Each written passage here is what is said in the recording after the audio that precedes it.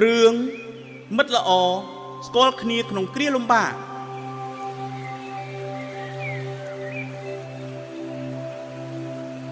អត់ទូលោកតើនេះគឺជាភូមិគ្រឹះរបស់លោកសេដ្ឋីមែនទេបាទត្រូវហើយនេះគឺជាភូមិគ្រឹះរបស់លោកសេដ្ឋីសួរនេះតើមានការអីមែនទេខ្ញុំជាមិត្តសម្លាញ់ចាស់របស់លោកសេដ្ឋីខ្ញុំមកនេះមានបំណងចង់ជួបលោកសេដ្ឋីអាគាត់នេះមើលទៅរូបក៏អាក្រក់សំលៀកបំពាក់រយិចរយាហើយមកប្រាប់ថាសម្លាញ់លោកសេដ្ឋីមិនកើតទេអញឲ្យជួបមិនដេញនឹងកើតទៅអូពេលនេះលោកសេដ្ឋីមិននៅភូមិគ្រឹះទេចាំពេលលោកមកវិញខ្ញុំនឹងជម្រាបលោកកាលអ្នកយាមទ្វារមិនឲ្យចូលទៅជួបលោកសេដ្ឋីដូចនេះហើយនេះកាលកិនីក៏បានដើរចេញពីទីនោះទៅសម្រាប់នៅក្បែរកំពែងភូមិគ្រឹះរបស់លោកសេដ្ឋីជួនជាចៃដន្យលោកសេដ្ឋីធ្វើដំណើរចេញក្រៅក៏បានជួបនឹងនាយកាលកិនីតែម្ដងអូនេះគឺជាសម្លាញ់កាលកិនីមែនទេអូលោកសេដ្ឋីបាទគឺខ្ញុំនេះហើយកាលកិនីណាស់ហើយចុះសម្លាញ់ឯងទៅណាមកនេះបានជាមកសម្រាប់នៅទីនេះដូចនេះ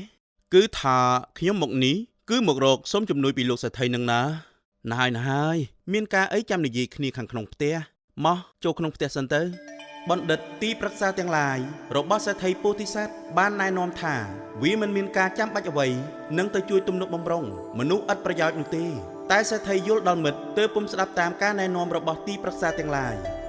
អ្នកទាំងឡាយតើអ្នកដឹងថាអ្វីដែលមានតម្លៃបំផុតរបស់មនុស្សយើងទេគឺទ្រព្យសម្បត្តិនិងកិត្តិយសលោកសេដ្ឋី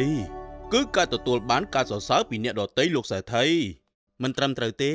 អ្វីដែលមានតម្លៃបំផុតគឺមិត្តភាពការចេះជួយយកអាសាគ្នាក្នុងគ្រាលំបាកទើបជារបស់ដែលមិនអាចកាត់ថ្លៃបានលុះពេលវេលាកន្លងទៅ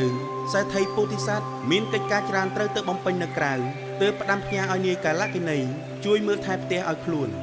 តើបាននរណាគួរឲ្យទុកចិត្តដើម្បីនឹងមើលថែផ្ទះរបស់អញណោអូសម្លាញ់កាលកិនីស័ក្តិសមជាងគេណាមួយអញនឹងបានពិសោធន៍មើលផងថាតើគេគឺជាមិត្តភក្តិបែបណាណែសម្លាញ់គ្នាមានភារកិច្ចត្រូវទៅបំពេញនៅឯក្រៅក្រុងពារាណសីឯណោះគ្នាចង់ពឹងសម្លាញ់ឯងឲ្យជួយមើលកិច្ចការផ្ទះជំនួសគ្នាបានទេអូរឿងនេះទោះលោកសេដ្ឋីមិនពឹងខ្ញុំក៏វាជាភារកិច្ចដែលខ្ញុំត្រូវតែជួយមើលហើយសូមលោកសេដ្ឋីទុកចិត្តចុះបើដូច្នេះគ្នាទុកចិត្តឲ្យសម្លាញ់សូមឯងជួយចាត់ចែងផងណាថ្លែងពីក្រុមចៅកាលបានទទួលដំណឹងថាលោកសេដ្ឋីបានចេញទៅបំពេញភារកិច្ចនៅក្រៅក្រុងពារាណសីដូច្នេះក៏បានរៀបគម្រោងចូលប្លន់ផ្ទះលោកសេដ្ឋីតែម្ដងណែវើយគ្នាយើងនាំគ្នាចូលមកណែយើងមានគម្រោងត្រូវប្រាប់ឲ្យដឹងបើលោកនាយតើលោកនាយមានអ្វីដែលត្រូវឲ្យពួកយើងធ្វើទេតាមដំណឹងទទួលបានប្រហែលថ្ងៃនេះលោកសេដ្ឋីមិននៅផ្ទះទេដូច្នេះយើងនឹងទៅចូលប្លន់ទ្រព្យសម្បត្តិផ្ទះលោកសេដ្ឋីនៅយប់នេះនាយកាលកិនីនៅយាមផ្ទះលោកសេដ្ឋីពេញមួយយប់មិនបានដេកពួនអ្វីឡើយព្រោះយល់ដល់គុណដែលលោកសេដ្ឋីជួយទំនុកបំរុងខ្លួនណែវើយចូលពួកឯងនាំគ្នាតម្រង់ទៅផ្ទះលោកសេដ្ឋីដោយប្រុងប្រយ័ត្នឬទេបើលោកនាយពួកយើងនឹងធ្វើកិច្ចការនេះដោយការប្រុងប្រយ័ត្នខ្ពស់ល្អហើយអញ្ចឹងចូលពួកឯងអនុវត្តតាមផែនការចុះនាយកាលកិនីបានឃើញក្រុមចៅដើរតម្រង់មកផ្ទះលោកសេដ្ឋីទើបយកសាំងមកផ្លុំយកស្គរមកវាយដាស់មនុស្សនៅក្នុងផ្ទះឲ្យភ្ញាក់ដើម្បីជួយដេញចោលរហូតដល់បានជោគជ័យចូលគ្នាយើងចូលឮថាសម្លាញ់បានមើលថែផ្ទះនិងដេញចោលឲ្យរត់រប៉ាត់រប៉ាយមែនទេមិនមែនតែខ្ញុំម្នាក់ឯងទេលោកសេដ្ឋីគឺយើងបានសហការគ្នាដេញចោលទើបគេនាំគ្នារត់បើខ្ញុំតែម្នាក់ឯងប្រកាសជាមានបញ្ហាមិនខានឡើយ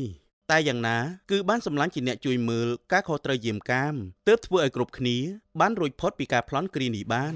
សេដ្ឋីពោលសរសើរថា